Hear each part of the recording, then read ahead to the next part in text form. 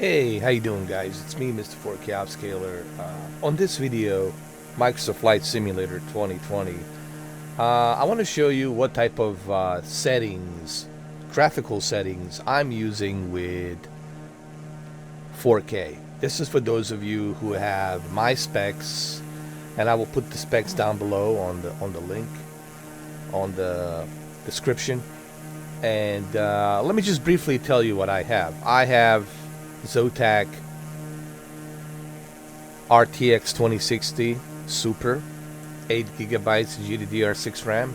I have 9700K i7 processor, 3.8 gigahertz, and I have 16 gigabytes of DDR4 RAM Corsair Vengeance. And that's what I'm pretty much running here.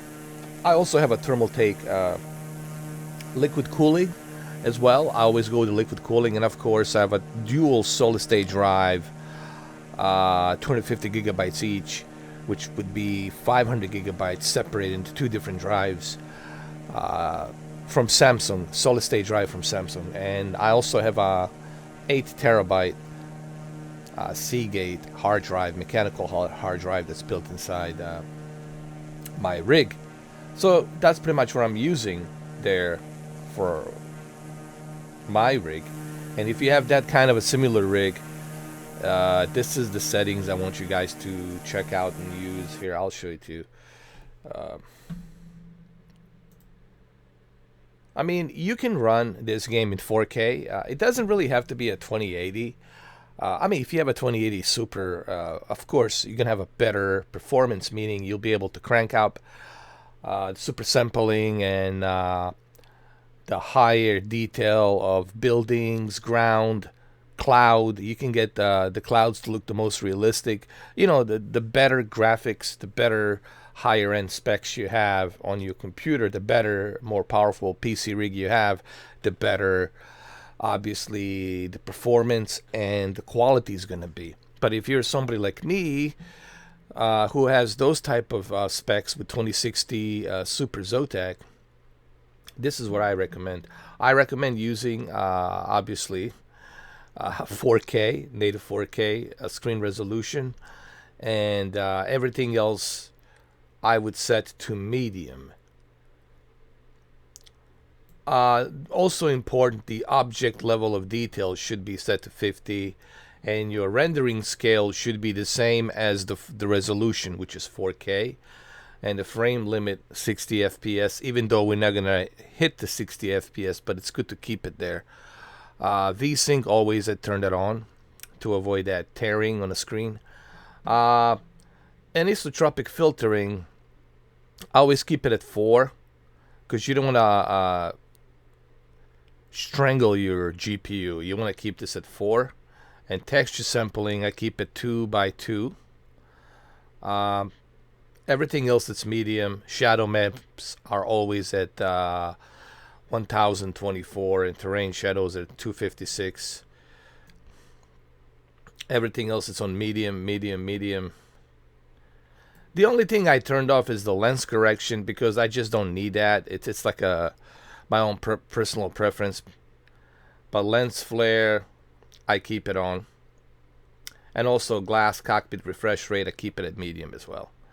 So these are the settings that I'm using currently on my rig for Flight Simulator. And as you will see, it works quite well. It works for me. I have no issues with it. It works just fine. There we go.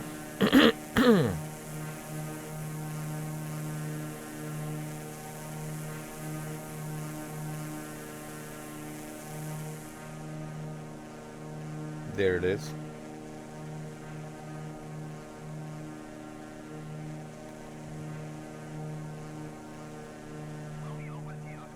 We're currently in Homestead Air Force Base, Miami.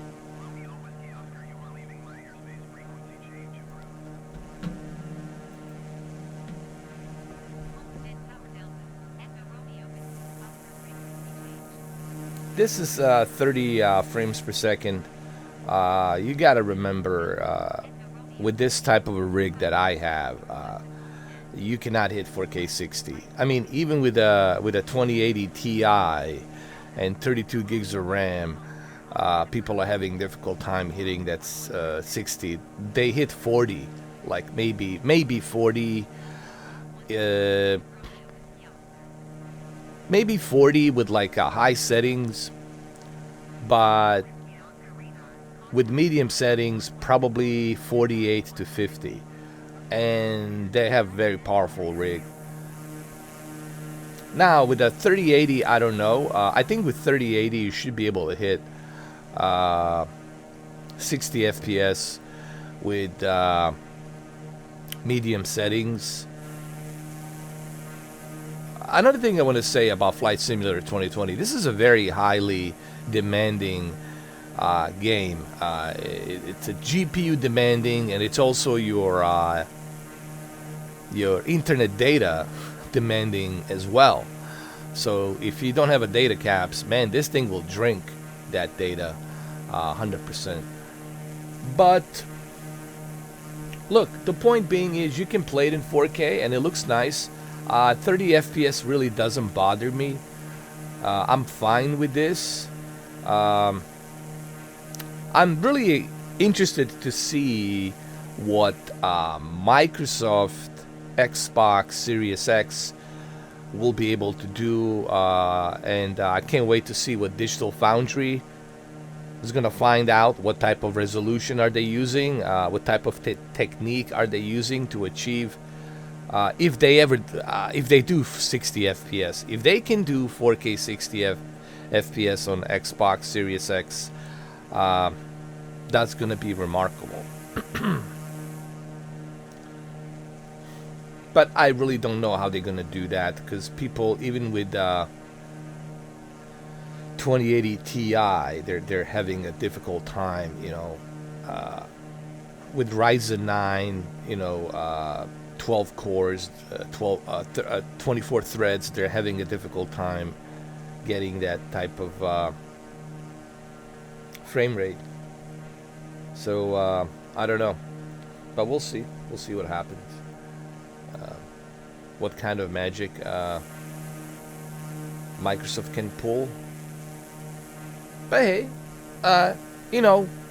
this PC that I have, you can now build this PC for less than $2,000. For like $1,600, you can get this type of a rig.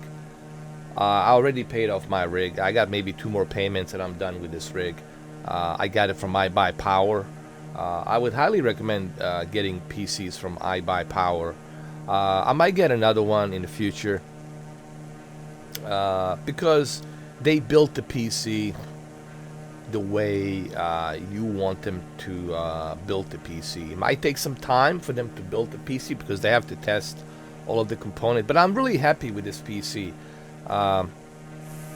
It works really well, and I'm also impressed what I'm able to do with 2060 Super.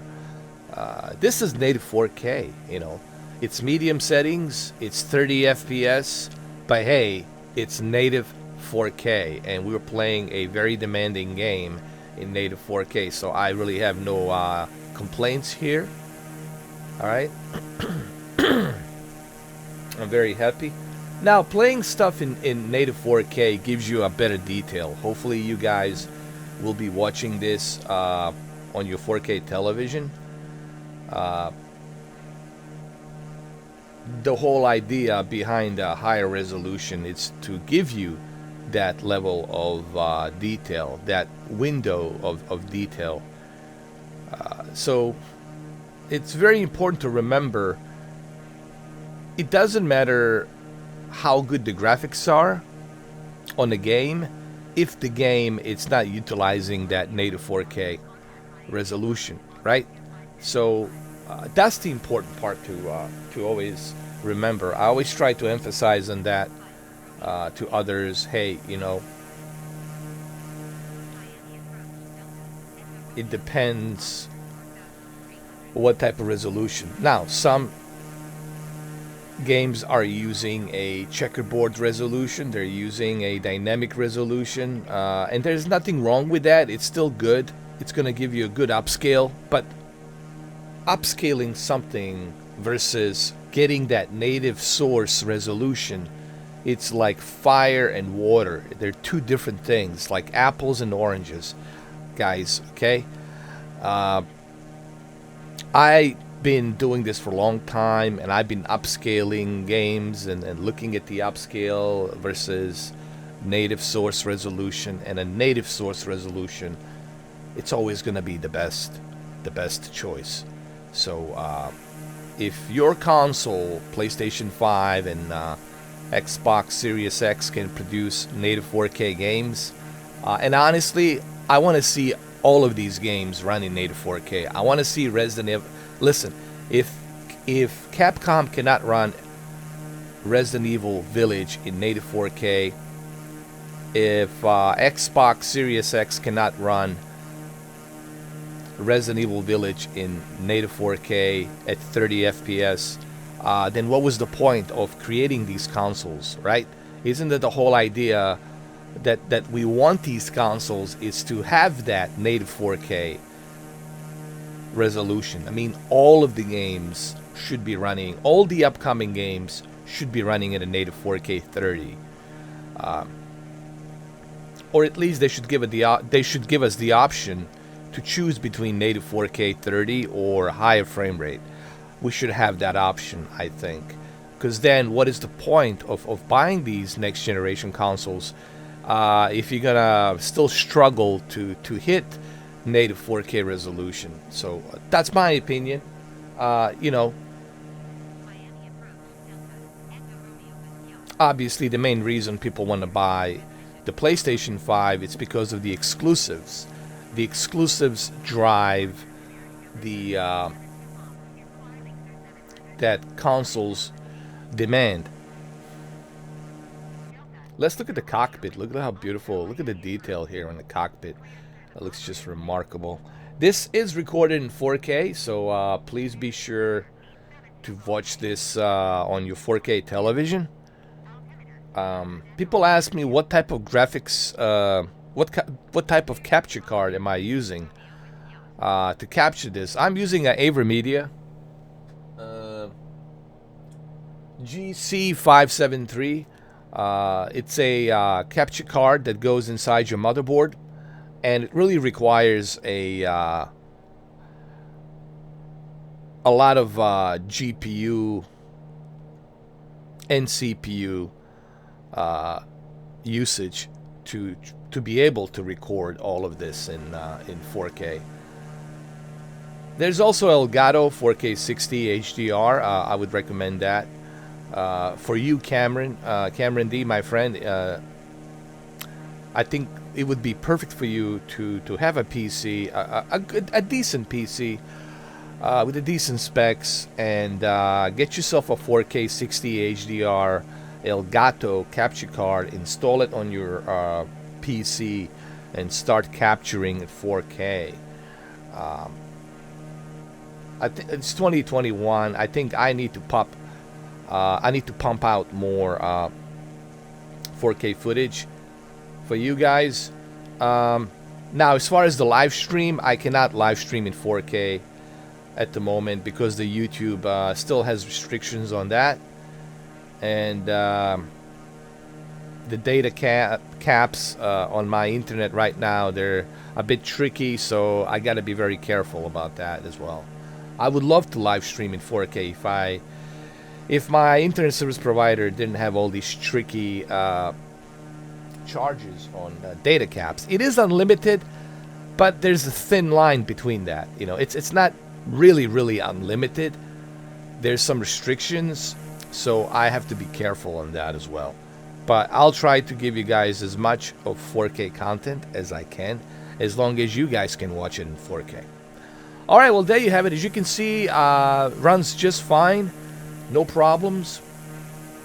If I can do it on this computer, you guys can do it as well. I would recommend, honestly, even on a 2080 Super, I would recommend 4K medium. There's nothing wrong with the 4K medium. You're still gonna get that great detail, and this will even look better on your OLED. If you connect this to your OLED, you're gonna have even better clarity and better results. So with HDR, I turn the HDR on. Now before I go, people ask me, does HDR slow down the frame rate? Yes, it does. I'm sorry, but it does, because you have to use that HDR metadata. That puts a lot of pressure on your GPU as well. But since I have this ultra high speed HDMI 2.1 HDMI chipset on my C10, it seems to be running just fine, even at 28 to 29 frames per second. It doesn't keep it at steady 30, but it's about 28, 29 frames per second. Alright guys, well there you have it, 15 minutes in 4K. I hope you enjoyed this video, and I'm gonna see you guys later on. Take care, bye bye.